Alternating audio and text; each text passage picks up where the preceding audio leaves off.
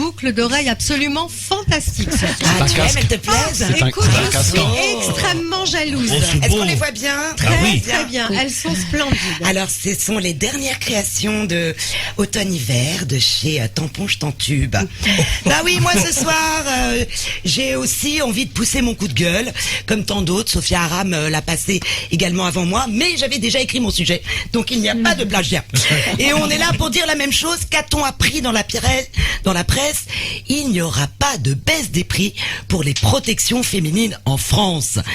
Actuellement taxés à 20% comme certains produits de luxe, les tampons ne sont donc pas considérés comme des produits de première nécessité, en tout cas visiblement pas par l'Assemblée nationale qui a refusé de les ramener à un taux de 5,5% comme pour le coca essentiel, les préservatifs ou encore l'entrée pour un match de foot.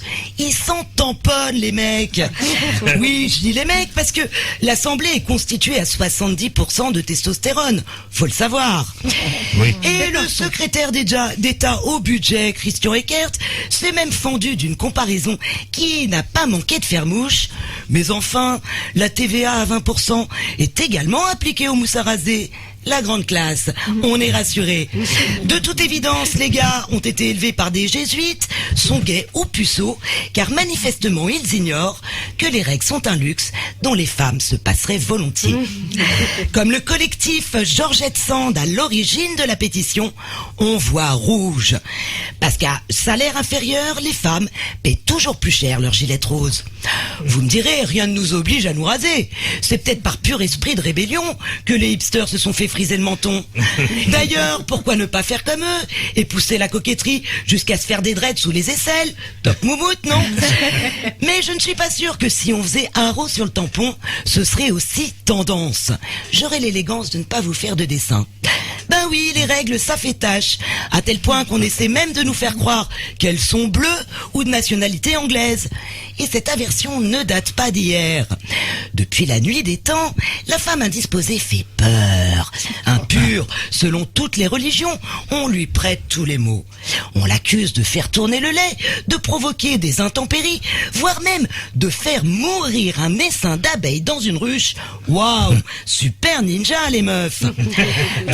Pour les juifs, une femme réglée ne contaminait pas seulement les humains, mais aussi les meubles. Pour se purifier, elle devait sacrifier 2 tourterelles. Ben voyons. Pour l'islam, elle n'a toujours pas le droit de prier durant cette période. Si elle le fait, ça compte pour du beurre.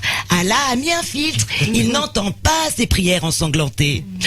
Et pour les cathos, il était interdit formellement d'avoir des rapports avec une femme indisposée au risque d'avoir un enfant roux. Heureusement, depuis, on a un peu avancé. Mais force est de constater qu'il y a encore du boulot.